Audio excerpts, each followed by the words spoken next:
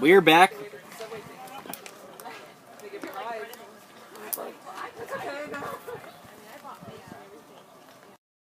We're back, ready to go for the top of the sixth now. The Riptide lead on a big one-run home run, a solo blast to left center field off the bat of Dylan Kelly last inning. So it's 4-2 now in favor of the Tide as Miyashiro out there now for his sixth inning, top of the sixth, as he misses with a ball away that time. It's a new batter in the game, and for Joey Notch for the Legends is Aaron Case taking over in right field. He lines this one into right for a single. So first at bat for him results in a single to right field. Second pitch swinging there against Dylan Miyashiro. John Montgomery is going to be the hitter. Montgomery 0 for 1 had a sac fly to score a run his first time. It was a pop-up down the third base line. J.J. Carr was unable to make the throw home, so the run scored. It was Joe Van Marter. And last time, Montgomery made solid contact, but right at the second baseman Ortega for an L4. So now runner on first base is Aaron Case with nobody out. Dylan Miyashiro working from the stretch. Slide steps home, comes in with a changeup for strike one. Looked like he caught Montgomery a little bit off balance there. Montgomery with an aggressive front foot as he took a hard step but did not pull the trigger. So now 0-1 to him as the Riptide are in double play depth. Pickoff attempt to first base, not in time. Dylan Kelly didn't bother applying a tag as Case was back in there sliding well ahead. Miyashiro now ready to go with Griffin Barnes giving him the signs behind the plate. Barnes has already thrown out one runner. This time swung on and fouled off of the front leg of Montgomery.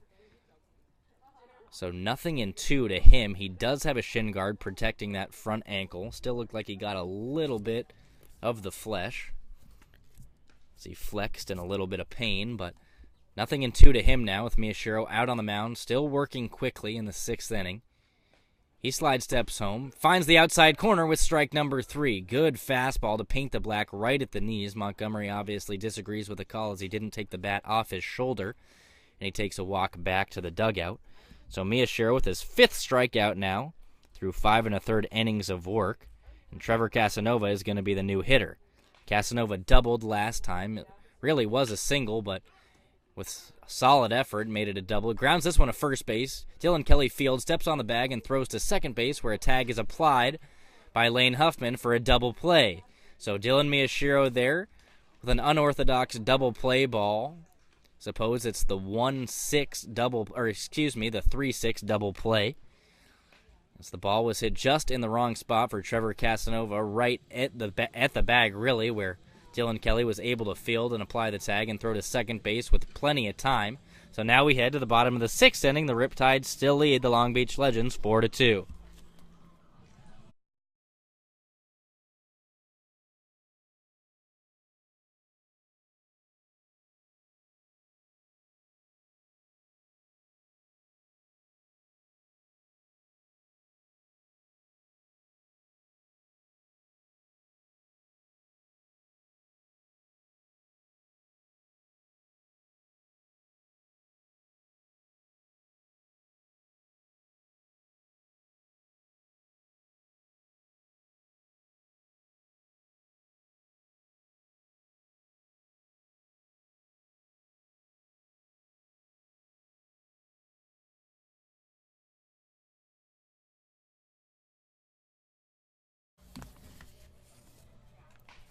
Spencer Bivens is staying out there for the Legends. Still nobody up in their bullpen down the right field line. Jake Portero is going to start things off for the Riptide. It goes Portero, Goldwater, Huffman. Jake, so far in the ballgame, 0 for 2 with the fly out to left field and the line out to the shortstop. He was first pitch swinging last time. Bivens winds and delivers to him and finds the outside corner with strike one. Bivens, so far in the game, has yet to walk a Riptide batter. Doesn't have any strikeouts either. Has allowed 7 hits, 4 runs. 2 big hits as the RBI double to right center field off the warning track. Scored 2 for Tommy Bell in the first inning. Then the mammoth home run last time over the left center field wall by Dylan Kelly. Now he's ready to go to Portero after the ball got away from the catcher. And Jake pops this one up to the infield. Shortstop Paul Estrada says he has it. And then Chris Williams at second takes over, as the ball is on the right side of second base, and he camps underneath that one for out 1. So Portero now 0 for 3 after the pop-up to Williams, and Chase Goldwater, who's 0 for 2, is going to be the batter. Goldwater last time grounded back to Bivens. In his first at-bat, he flew out to his counterpart Joey Notch in right field. Since then, Aaron Case has taken over. That's the only switch for the Legends. Now the Legends do have somebody up in the bullpen down that right side. Let you know who it is as soon as I know. Fastball finds the strike zone right down the middle at the knees to Goldwater. 0-1. Matchup between two trees right now. 6'5" on the mound Bivens, 6'4" at the plate Goldwater. Swings on this one and lines it into center field. Diving play by the center fielder. They're going to say he did get this one. The ball did not find green as the center fielder Van Marter dove in on the backhand and was able to get underneath that one just before the ball did find the grass. So Goldwater has to be upset there as he made good contact. Can't hit it much better into center. He'll trot back to the dugout. So a tough luck out for Chase that time on a stellar play by Joe Van Marter. Lane Huffman's going to be the batter with 2 outs in the bottom of the 6th. Bivens comes home from the windup and delivers fastball that finds the inside corner for strike 1. 0-1 now to Huffman, who's 1 for 1, also hit by a pitch. He came around to score on the 2-out RBI single by Barnes 2 innings ago. Curveball misses outside that time, so 1-1 to Lane, who will be at Long Beach State University for the first time when he goes there in the fall, previously at Fullerton College. Fouls this one out of play to the right side, so 1-2 to him. Huffman listed at 5'11", 165 pounds. He's going to be a junior at Long Beach State for Troy Buckley. Played 3 games for the Riptide last summer. Swings on this one and lofts it into right center field. Aaron Case comes on and catches this one for out number 3. So another quick inning there for Spencer Bivens, and now we head to the top of the 7th inning. The Riptide still lead the Legends 4-2.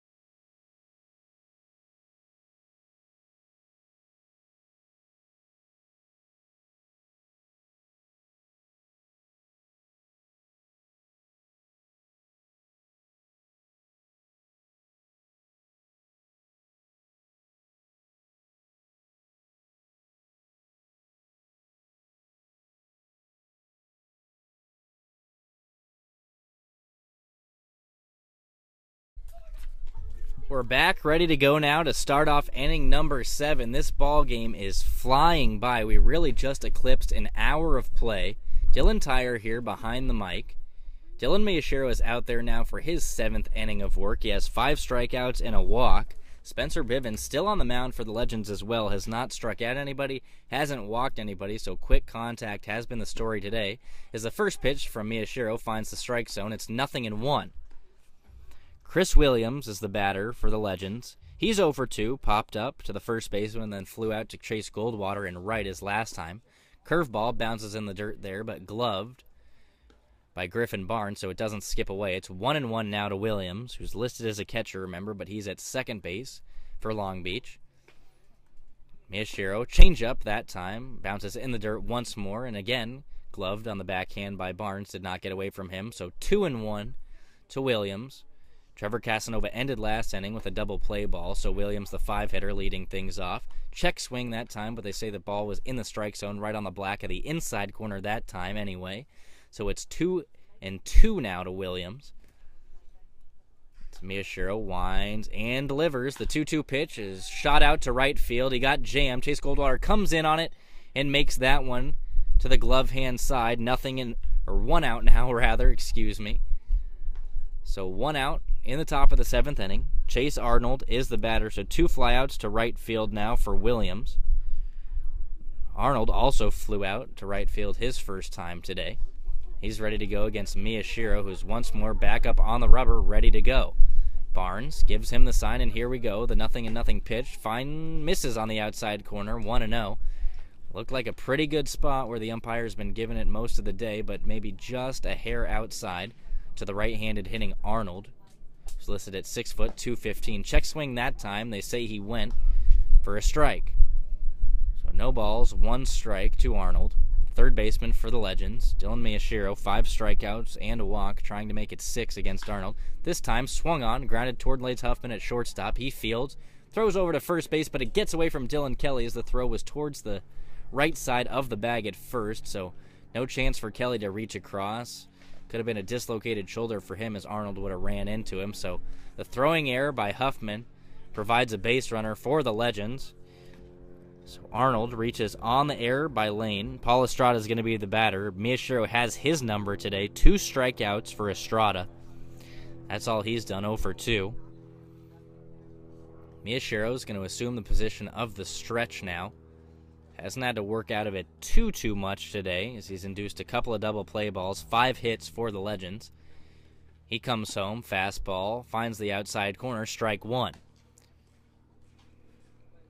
As long as the umpire has given Dylan that pitch there, high and outside, it's going to be a tough time to hit for Paul Estrada. So he'll have to reach up and out and try and lace something into right field. Another pitch there, misses just up and out, so 1-1 now to Estrada. It's the Riptide once again in that double play depth. 1 out in the top of the 7th inning. The Riptide lead 4-2. It's a pitch there, looked like a changeup, missed low. 2-1 now to Estrada. Dylan Kelly guarding the runner Arnold over there at first base. See what he can do on the base pass. Has 2 stolen bases this season as well as 1 caught stealing. Miyashiro checked over to first base with a throw. Throw was right on the bag, but not in time as Arnold's hand was just in time in front of the tag of Kelly, who remains holding him over at first. Fastball that time out of the right hand of Miyashiro, misses outside, so it's 3-1 to Estrada. Miyashiro's gone 3-1 to a couple of hitters, has walked one of them. Otherwise, he has found the strike zone and induced some contact on the 3-1 pitch, and here it comes. This time, finds the inside corner, strike 2. Right at the knees of Estrada, who started to walk towards first base. Obviously didn't like the call. But anyway, the umpire says it is a strike, so 3-2 now. As Miyashiro comes set and delivers home on a slide step. There goes the runner from first. This one swung on and popped up to the right side. It's going to find its way out of play. So we'll stay at 3 balls and 2 strikes. Arnold was in motion, remember. See if he goes again. They're trying to stay out of the double play. In this top of the 7th inning, they need 2 runs to tie, 3 to go ahead. 4 runs, 7 hits for the Riptide, 2 runs, 5 hits for the Legends. Nate Keevy, who has one of those 5 hits, waits on deck. He's the catcher for Long Beach. Miyashiro checks the runner over at first base. Again, a good throw, close play at the bag, but the first base umpire says Arnold was back diving just ahead of the tag by Kelly. Kelly applied the tag a little bit high that time to the upper body of Arnold rather than putting it in the dirt on the bag. Look over to first base again, this time Arnold back standing up without a dive. Estrada's going to readjust the batting gloves. Remember, he swings it from the right side. Small-bodied shortstop at 5'11", 155. Got to get in the weight room at Utah Valley State. This time, another fastball. Swung on and drifted down the left side. It's going to get past the backhand attempt by J.J. Carr into left field. They're going to send the runner from third base after Tommy Bell fumbles the ball down the left field line in the corner. So Chase Arnold comes around to score all the way from first base, that time on the RBI double by Paul Estrada. So the score now, 4-3 in favor of the Riptide. So some clutch 1-out hitting there from Estrada. 1-out, 2-strike hitting, I should say. And Nate Keevy is going to be the new hitter with Estrada out there in scoring position for him. So Keevy, 1 for 1 with a walk, singled in his last time. He's a right-handed hitter from Loyola Marymount University, where he figures to be a junior in the fall. He's from Visalia, California, interestingly enough, the same town as our first baseman and catcher, Dylan Kelly. As Miyashiro misses high that time, 1-0 to Keevy.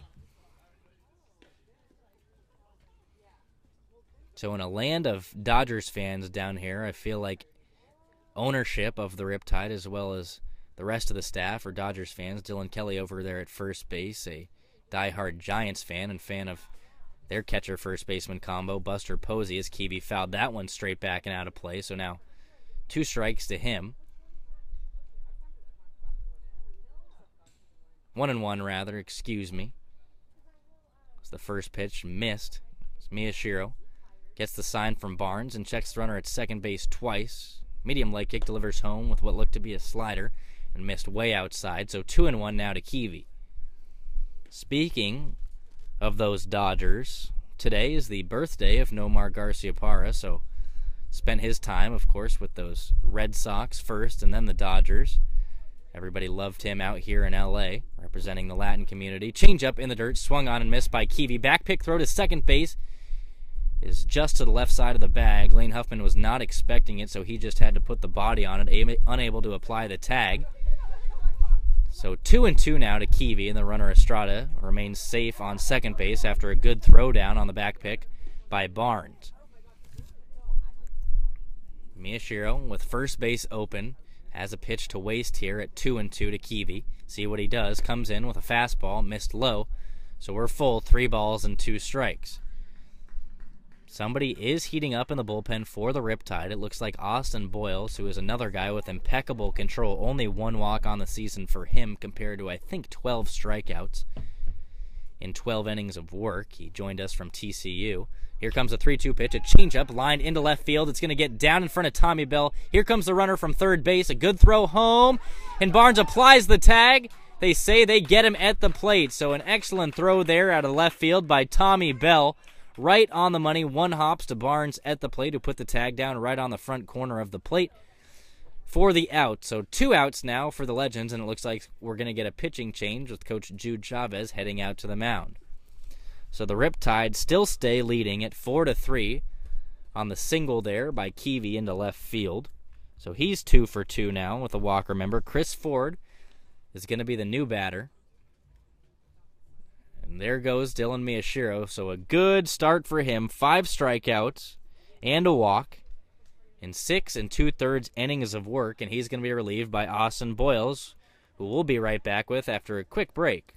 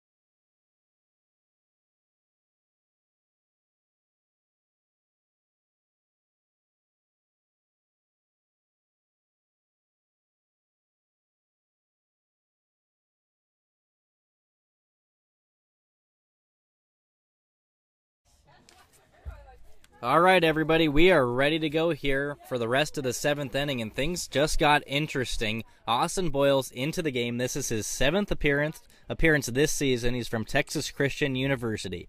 In those 7 appearances, he's pitched 12 1/3 innings, 12 strikeouts compared to only 1 walk. He has a 1-0 record to go along with a 2.91 earned run average. He has Nate Kiwi out there on second base, and Chris Ford at the plate. First pitch swinging is a strike. Ford looked like he fouled that one off the body of Griffin Barnes behind the plate, so 0-1 to him. Austin Boyles working from the stretch. Keevy with a pretty big lead over there at second. He's being held by Jake Ortega, our second baseman. Second pitch looked like a slider, missed low. So 1-1 to Ford. Chris Ford from Norfolk State. It's going to be a sophomore there in the fall. 5'9", 205 pounds, listed as a catcher, but the designated hitter today. Swings on this one and chops it over to J.J. Carr at third, who fields to the glove hand side and throws on to first base for out number 3. So Austin Boyles escapes the limited danger there with a runner in second base in scoring position.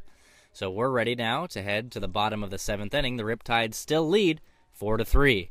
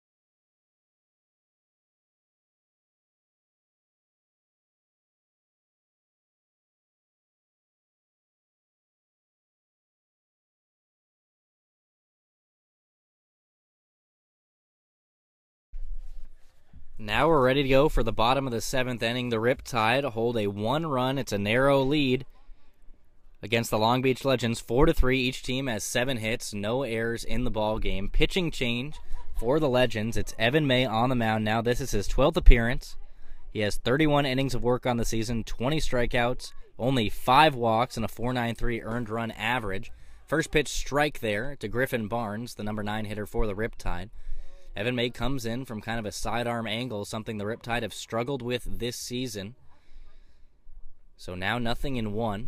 As May deals. This one finds the strike zone. Looked like a changeup. 0-2. Barnes, so far in the ball game, 1 for 2 with an RBI single that put us ahead, 3-2. Also grounded into a double play. The 0-2 to him looked like a slider, missed high that time. 1-2 to Griffin. Barnes comes from a baseball family. His uncle Mike Gallego logged 13 years of Major League service. And of course, his brother, catcher for the Dodgers, traded over to the Dodgers from the Marlins in that D. Gordon trade. Griffin skies this one to deep right field, and the right fielder, Aaron Case, goes on the run and makes a stellar catch over the shoulder for out number 1. So Barnes there gives it a little poke on the 1-2 count.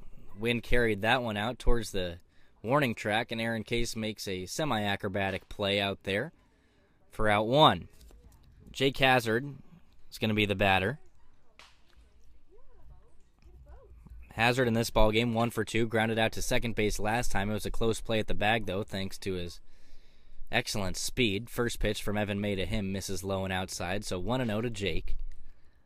From UC Irvine, Anteater, his brother, Justin Hazard, caught at UCLA in Nevada. Swings on this one and fouls it off into the glove of the catcher Keevy, 1-1. Interesting event earlier this season when UCI played Nevada.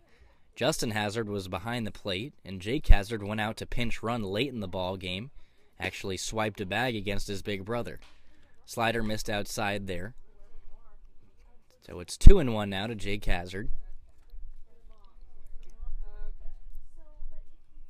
Evan May working from the stretch, delivers home. This one is grounded to the right side. Chris Williams ranges to the glove hand side and throws on a first base for the out. Another close play with Hazard chugging down the line. So now he's grounded out to second base twice, and Jake Ortega, the leadoff man, is going to come up with 2 outs in the bottom of the 7th. Ortega is 0 for 3, 2 groundouts to shortstop, and 1 to Williams at second. Ortega, another guy who swung a hot bat all summer for the Tide, led the Riptide in batting average for the majority of the summer. Now he's at .333 and takes the first pitch from May outside there, so now 1-0 to him. Ortega, 2 doubles and a home run. Those are all his extra base hits this season. Otherwise, it's 23 singles, also 11 RBI and 11 walks, and has only K'd 6 times. Evan May missed outside once more, so now it's 2-0 to Jake, who's a left-handed hitter exclusively. Right-handed thrower, though. He can play the outfield, infield, and catch. This time, a fastball misses high, 3-0.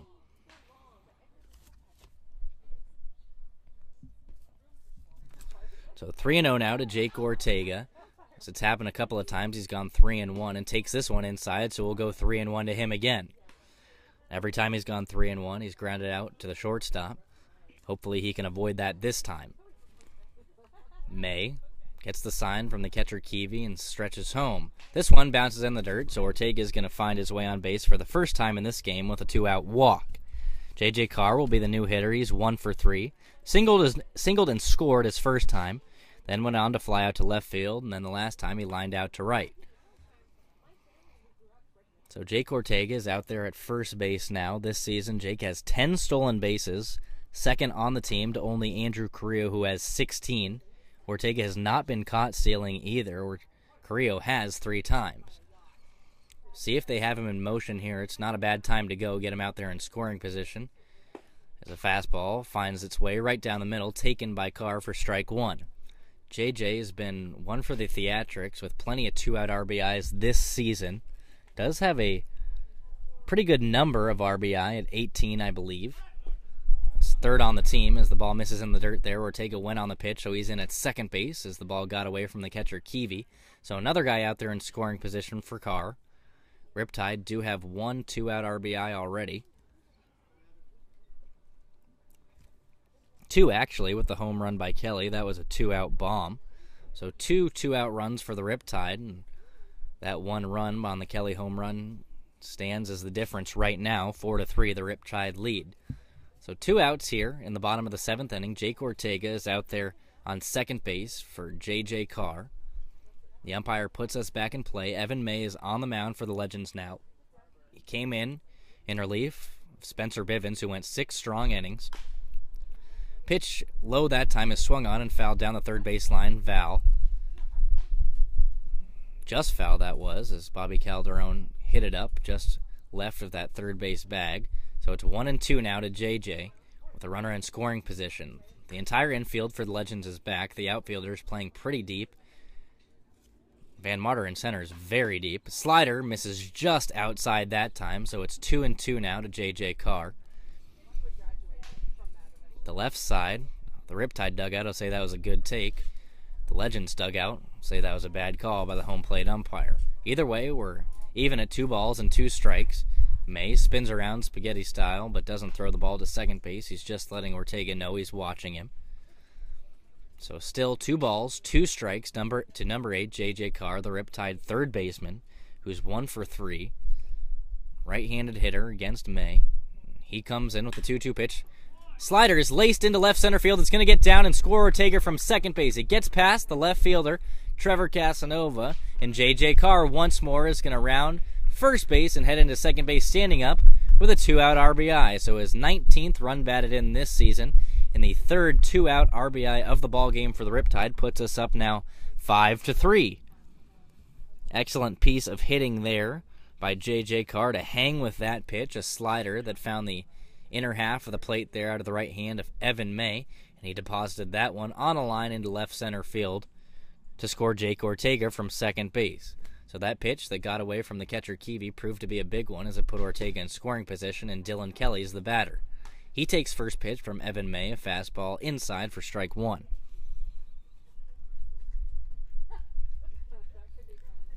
May, ready to go against Kelly, comes in, check swing. It was a fastball high. The first base umpire says Kelly did not go around, so we'll go even at a ball and a strike. JJ traded places with Jake Ortega out there, so he's in scoring position for Kelly, who already has one run batted in on the big home run over the left center field wall. May comes in, pitch bounces in the dirt, so it's 2-1 now to Kelly, who's at first base in this game for the Tide. He can also catch. He's been featured mostly a designated hitter this season. Like I mentioned earlier, he's from Visalia, California, goes to Chico State, where he's a kinesiology major for the Wildcats. He'd like to be some sort of athletic trainer or physical therapist upon graduation.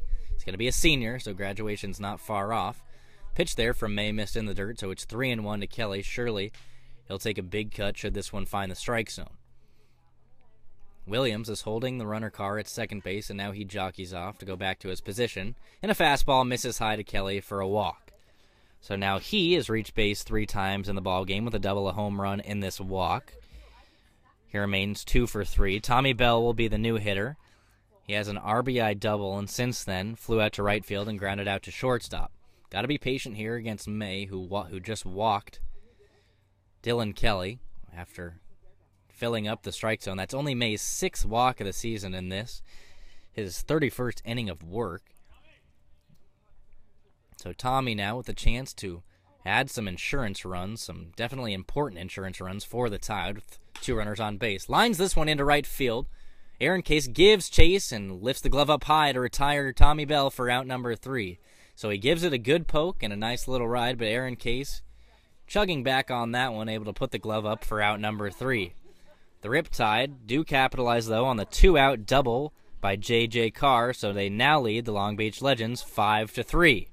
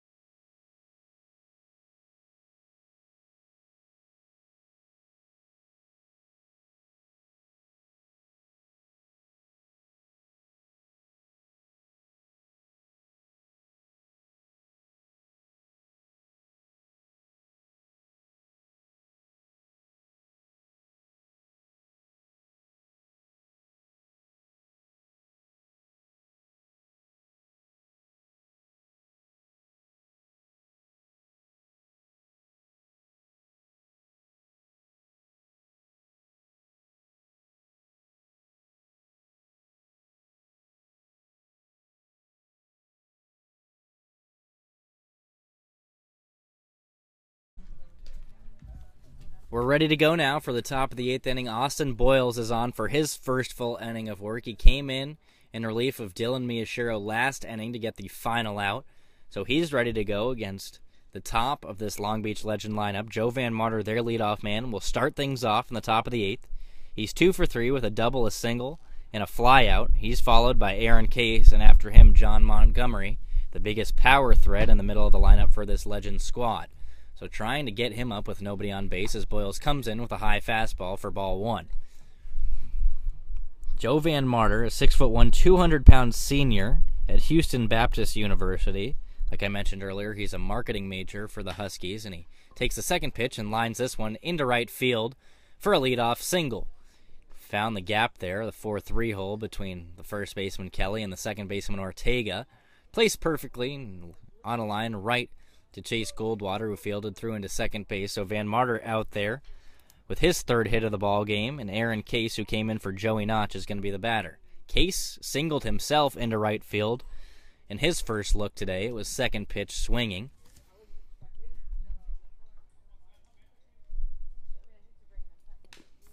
First pitch from Boyles is fouled straight back off the body of Griffin Barnes, who felt the brunt of that one. Home plate umpire is going to go out and give him a moment. It's 0-1 to Case, who on the season is hitting 164, right at the bottom of this Long Beach Legend team in terms of batting average.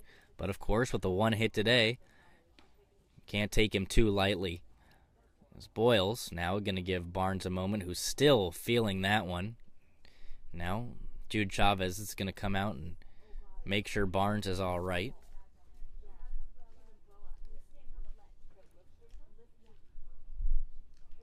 As a former catcher myself, I know getting hit behind the plate on balls that are fouled off never feel good. Not sure where Barnes got it. As he's bent over in some pain. Looks like he's just trying to take some deep breaths. Aaron Case, remember, still the hitter. Joe Van Marter is over there at first base. He had a leadoff single into right field. Van Marter extending on that team lead of batting average. He came in today at .356, but on the day he's 3 for 4, batting .750, so that'll shoot up over .360. Barnes still walking it off. J.J. Carr is going to come over from third base and talk to him. Looks like he may have been hit where a male does not want to be hit. So they're going to give him his sweet time.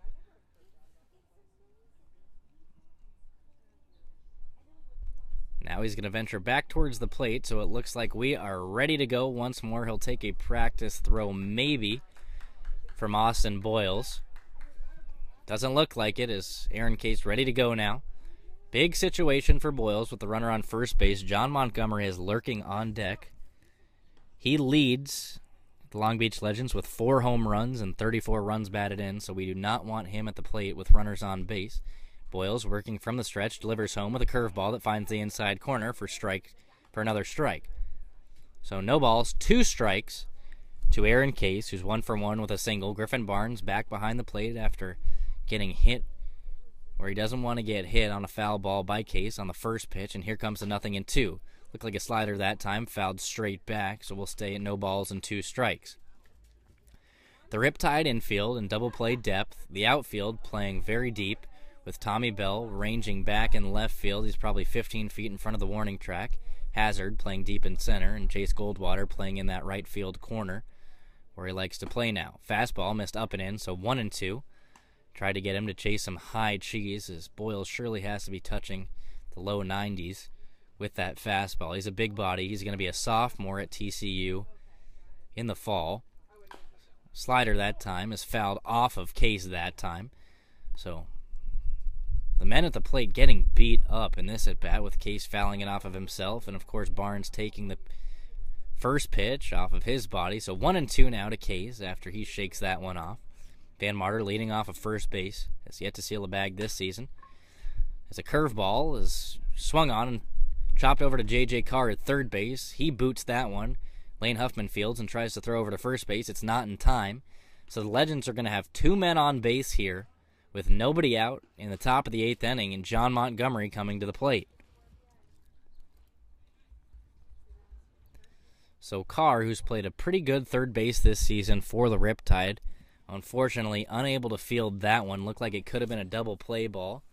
And the Riptide actually unable to even record 1 out on the play. So a guy in scoring position out there is Joe Van Marter. Another man on first base, it's Aaron Case after he reaches on the air, and John Montgomery, the biggest power threat out of the middle of this Long Beach Legend lineup, at the plate. He hit a home run to right field a week ago against the Riptide. It was a big 3-run bomb. Tries to do it this time, but lines it foul just down the line at first base. So 0-1 to him now. Austin Boyles on the mound for the Riptide. This is his first full inning of work. He's ran into a little bit of trouble here with runners on first and second base and nobody out. Middle of this Legends lineup on the come-up with Trevor Casanova on deck. Looked like a changeup there out of the right hand of Boyles. Found the outside corner, so 0-2 to Montgomery, who struck out his last time. Big pitch from Austin Boyles, and a whole lot he can do at 0-2. See what he does. Looks like another changeup. Bounces in the dirt, but blocked off by Barnes that time. So 1-2 still to Montgomery. So the Riptide still looking to turn 2. They're up 5-3, 7 hits for each team. As Boyles gets the sign from Barnes, shakes once, then decides on one that he likes, checks Van Marter at second base once, twice, and slide steps home with a curveball that finds the bottom of the strike zone for strike 3. Montgomery disagrees with the call, but I think it was there. Cut across, right at the knees, right down the middle for the strikeout. So Montgomery is set down for the second time in a row. Boyles gets his first strikeout of the afternoon. And now with one out in the top of the 8th inning, runners remain on first and second base. Trevor Casanova is the hitter. He grounded into a double play his last time. He's 1 for 3 with a double and a strikeout to go along with that 2-ball. First pitch missed outside there from Boyles. Still working from the stretch with runners on base. Riptide surely looking to turn 2 here and get to the bottom half of the inning. Boyles looks at the runner at second, slide steps home with a fastball that misses high and outside. 2-0 now to Casanova. Casanova, not a last name that I'm sure I've heard before. Only other Casanova I can think of is the Clemson linebacker Casanova McKenzie, who is in the NFL now after graduating. Changeup swung on and missed that time by Trevor Casanova for strike 1. So the Clemson connection with Chris Williams, the Clemson catcher, on deck. Wonder if he knows Casanova McKenzie. 2-1 now to Trevor. As Austin Boyles slide steps home with a curveball and misses outside once more. 3-1 now. Trevor Casanova, another guy that you do have to be careful with from this legend squad. 299 batting average with 25 RBI. Has 9 doubles, 4 triples, and a homer. And he walks for the 24th time this season, as Boyles missed with a 3-1 pitch there. So the bases are loaded for Chris Williams, who's 0 for 3 with 2 flyouts to right field and a pop-up to the first baseman Dylan Kelly. Looks like Kelly's going to go in on the grass at first base. J.J. Carr, though, staying deep at third. Not sure that he knows Kelly's in on the grass. Usually you see the corners move up and the middle of the infield stay back. First pitch swinging. Williams pops this one up to second base. Ortega gives chase. Hazard comes on from center field. The runner at third base tags and then holds up as the dugout for the Riptide is screaming for Hazard to throw it in. He took a while to throw the ball back into the infield and finally did. So a big out there for Austin Boyles. It's the second out of the inning. The bases remain loaded with Chase Arnold at the plate. He reached on an error by the shortstop Lane Huffman last time. It was a throw that Lane made up the bag at first base, up the line rather. So Williams now 0 for 4 with 4 flyouts. Austin Boyles with a chance to get himself out of this big jam, and Chase Arnold at the plate. Here comes the first pitch, a curveball right down the middle, taken for strike 1. No balls, 1 strike to Chase Arnold from LaSalle University. 6 foot, 215-pound right-hander from Charlotte, North Carolina, trying to knot this ball game up. The Legends trail by 2. Curveball misses outside that time from Boyles, so we're even. 1 ball, 1 strike to Arnold. Ball that gets down in the outfield will tie the ball game. It's 5-3 in favor of the Riptide. They're trying to get out of this one, head back to the dugout, and put up some insurance runs. Arnold swings on a fastball up and outside and fouls it straight back out of play. It's 1-2. Boyles, another quick worker for the Riptide, gets the sign from Barnes. Looks at the runner at third base. He's working from the stretch. Goes high leg kick. Looked like a curveball that stayed high. Didn't really break. Arnold fouled it off. Out of play to the right side. So it's still 1-2. You got a hanger there. Unable to take advantage. Riptide will take anything they can get. They're trying to place wins on the board and get back to 500. Give themselves a chance at that wild card position as the playoffs are nearing at the end of July. Fastball there. Tried to put away Arnold. Missed high though. 2-2. Tried to get Arnold to chase that time with a throwaway pitch. Good eye, though, from him. Good patience. Not pressing here with the bases loaded. Here comes the 2-2 pitch. Curveball once more misses high, so we're full at 3 balls and 2 strikes. Huge pitch coming up from Austin Boyles, the sophomore to be at Texas Christian University. He joined us halfway through the summer after TCU made their trip to the College World Series. One of 3 TCU guys, and here comes a 3-2 pitch. A fastball popped up to the right side, and it's going to get out of play again, so we'll stay full at 3 balls and 2 strikes.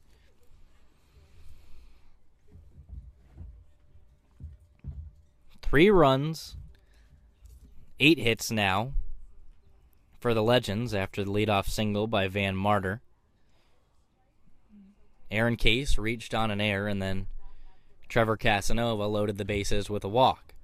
Now it's all up to Chase Arnold. He's trying to knot this ball game up at 5, and here comes a 3-2 from Boyles. Another one fouled to the left side to stay at 3-2.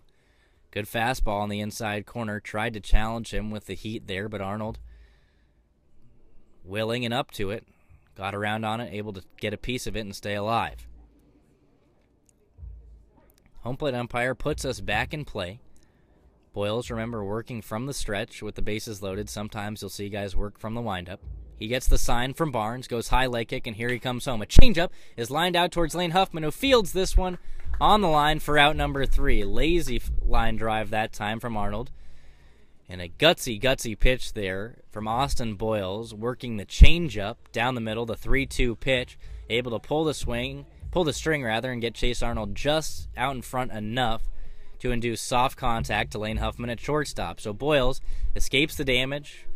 The Legends unable to place any runs across the board there in the top of the 8th inning, so now we head to the bottom of the 8th. The Riptide still hold that 2-run lead, 5-3.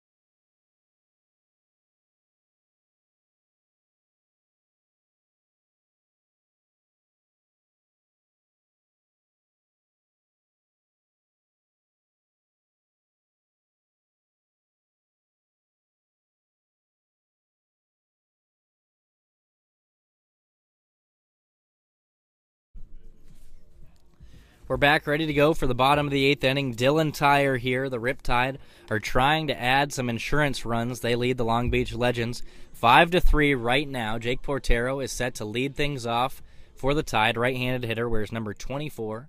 He's from Las Vegas, Nevada, and he's a Utah Ute. He's going to be a sophomore there in the fall. He's a business major for them. Utah, a surprise team out of the Pac-12 this season. Won it in the regular season. So he's ready to go against Evan May and takes fastball on the outside corner for strike number 1. 0-1 now to Jake Portero, who's 0 for 3 with a fly-out, line-out, and a pop-out. Here comes the 0-1 pitch from the side armor, Evan May. It's a slider in the dirt. Check swing from Portero. The first base umpire says he did go, so quickly it's 0-2. This ball game really flown along quickly. We're at just about an hour and 45 minutes now as we're in the bottom of the 8th. Riptide lead 5-3. Another slider from May, swung on and missed by Portero for strike number 3. So Jake will sit down there. 0 for 4 day for him, and Chase Goldwater, who's 0 for 3, is going to come to the plate. Goldwater, though, has hit the ball hard just about every time up today. Lined out to the center fielder Joe Van Marter, who made a diving play coming in on the ball in left center field last time to retire Goldwater. So Chase now trying to put a ball down in the outfield and go home with at least 1 hit on the board, 1 hit to his name. Evan May comes into him with the fastball that finds the inside corner for strike 1. May coming in with that sidearm look. The ball drifts from right to left if you're a right-handed hitter, so it drifts away with two-seam action to a lefty. Chase, of course, a right-handed hitter, so that one coming in on his knuckles. Didn't want to swing and get jammed. Looked like a slider that time from May that Chase decided to swing on, and he fouled it straight back. So once again, it's quickly no balls and 2 strikes to a Riptide batter. Somebody is warming down the line in the Riptide bullpen. I believe it's Sean Weimer, Austin Boyle's TCU teammate. He's coming in to close out this ball game. Save situation, unless the Riptide put across a couple of runs more here. Goldwater takes fastball on the black of the outside corner for strike number 3. So back-to-back strikeouts for Evan May after Chase looked fooled there. Not much he could do with the movement that came back across the strike zone to him. May taking advantage of that motion from the sidearm. Now, Lane Huffman is going to be the new hitter. Huffman having a good day for the Tide. 1 for 2, also hit by a pitch. He came around to score a run on the Griffin Barnes RBI single with 2 outs. in the bottom of the 4th inning. That gave us the lead 3-2. Since then, we've pushed it to 5-3. Slane took that one up and out. May, coming in from the stretch, comes in with the fastball, swung on, chopped towards shortstop. Paul Estrada fields on the backhand, deep in the hole, and makes a throw in time to first base, but it skips out of John Montgomery's glove at the bag. So Huffman will be on there, as Montgomery should be charged with the error as it skipped out of his glove. Tough play to make on the throw by Estrada, but it was a long hop. So a nice defensive play there by the man up the middle at shortstop for the Legends to go deep into the hole and make a good throw over to first base, but Montgomery unable to pick it, and Huffman, who was hustling down the line, is in there at first base. Now we're going to have a pinch hitter in the ball game for Griffin Barnes and Zach Plunkett. Plunkett, the third guy from Texas Christian University on the Riptide, and the third man into the ball game now for the Tide as Sean Weimer is warming up down that left field line coming in to close. Plunkett, known for his defense on the Riptide, throws out a whole harvest of runners who try and steal on him. Not known for the bat, but he's coming in to pinch hit here. Evan May came into him with a ball low for ball 1. Second pitch swinging. Plunkett chops this one to Paul Estrada at short, who tosses over to Chris Williams at second base for out number 3. So, after Lane Huffman reaches on the error by the first baseman John Montgomery, Estrada makes up for it on the second pitch to Zach Plunkett, throwing out Lane Huffman at second base instead of first. So now we head to the top of the 9th inning. The Riptide trying to close out this ball game. They lead it 5-3.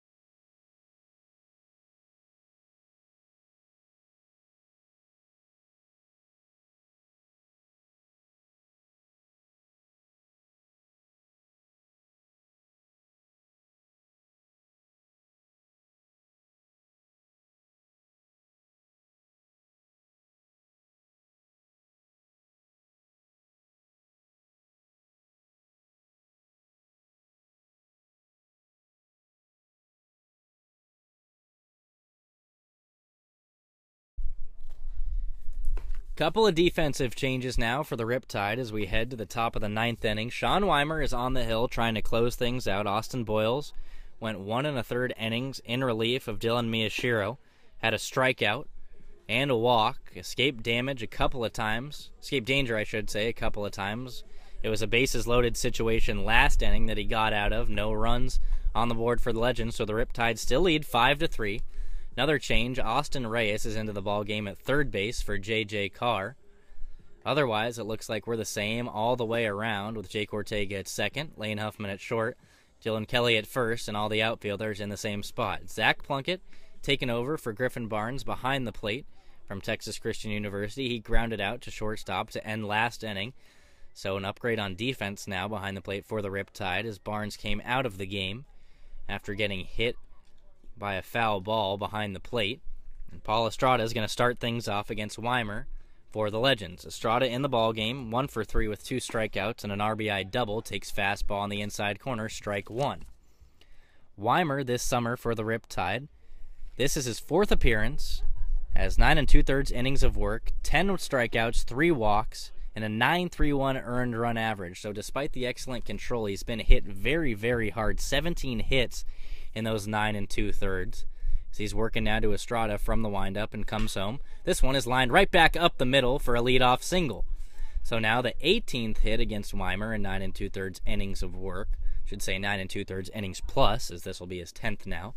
So a runner is on first base, and the Legends are in business. They need 2 runs to tie. 3 to go ahead. The Riptide will have ups in the bottom of the ninth inning should the Legends find a lead. Nate Keevy is the batter. He's 2 for 2 with a walk. So another guy with a hot bat from the bottom of this lineup for the Legends. As Estrada is now 2 for 4 after that single. Riptide looking to turn a double play ball as Weimer works from the stretch and delivers home with a high fastball, ball 1. Keevy, 6'1", 190-pound junior to be at Loyola Marymount, where he's Tim Peabody, one of our relief pitchers' teammate for the Lions of LMU. Swings through a fastball there out of the right hand of Weimer for strike 1.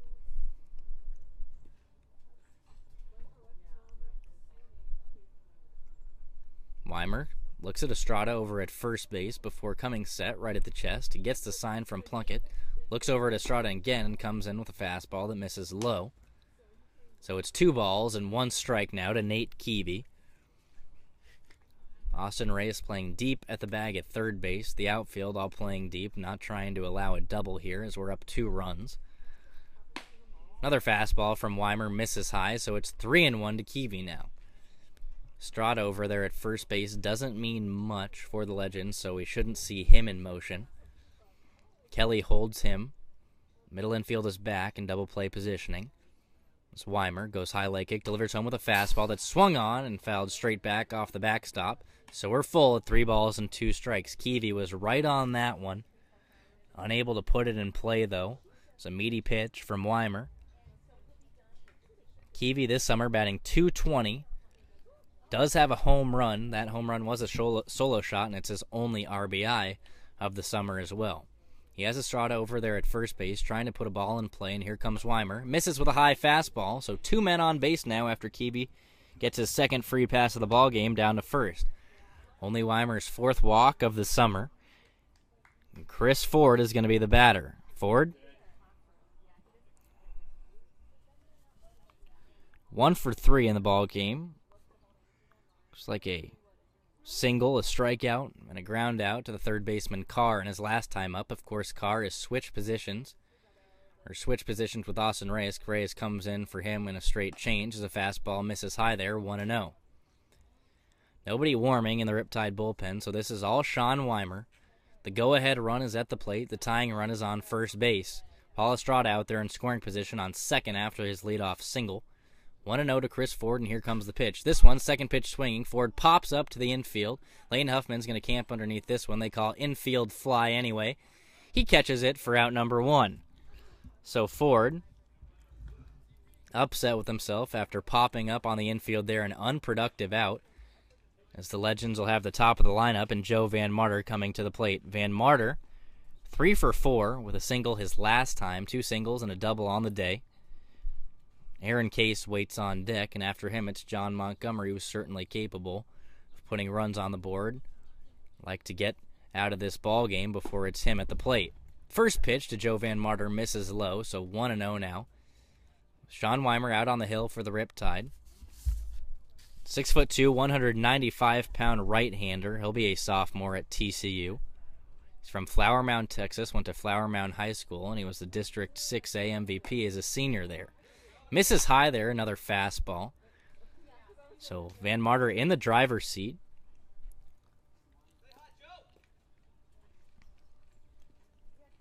All these TCU boys play for legendary coach Jim Schlossnagel. Weimer checks the runner at second base and delivers home with a fastball. It's popped up to the right side. It's going to get out of play. So the first strike there to Van Marter. Should be 2-1 to him now. He wears number 22, a right-handed hitter. Made an excellent grab in center field on a line drive by Chase Goldwater a couple innings ago. So just further improving on the stellar day he's having at the plate. Adding on with the defense. Weimer looks at the runner at second base and delivers home. Fastball swung on and missed for a strike. Back picks the runner at first base and gets him. So what a play there by Zach Plunkett to backpick the runner at first base. So 2 outs now after Nate Keevy gets pegged by Plunkett. Plunkett with a huge arm behind the plate. No chance for Keevy as Kelly knew the throw was coming. So 2 outs and 2 strikes now. 2-2 count to Joe Van Marter. Plunkett thought he had ended the ball game and thought Van Marter swung through that one for strike 3. He started to walk off, but no. Slider misses high there out of the right hand of Weimer, so we're full at 3 balls and 2 strikes. Weimer looking to end this ball game. The runner in scoring position out there at second base is Paul Estrada. Van Marter now, the tying run at the plate after Keeby got picked off at first by our catcher, Zach Plunkett. And here comes Weimer. The 3-2 pitch is fouled straight back. Van Marter was right on it to remain at 3 balls and 2 strikes. So talk about that defensive change behind the plate. Turns out to help the Riptide there is Plunkett showcasing that arm in the 9th inning, helping his teammate, Sean Weimer, out on the mound. Weimer looks at the runner at second base again and comes home with a fastball, swung on and missed for strike number 3. So that'll do it. There's the ball game. The Riptide take down the Long Beach Legends 5-3. We'll be at their place tomorrow for 2 games, trying to move our overall record against them on the season to 4-3.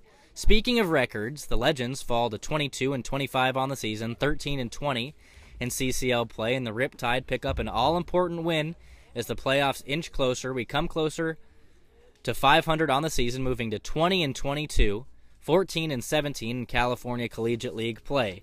Dylan Kelly has a big day at the plate for the Riptide, going 2 for 3 with a big ground rule double and a home run over the left center field wall. Griffin Barnes, a very important 2-out RBI single, and J.J. Carr with a big 2-out RBI double as well. So once again, the Riptide win this ball game 5-3. Dylan Miyashiro gets the win on the hill.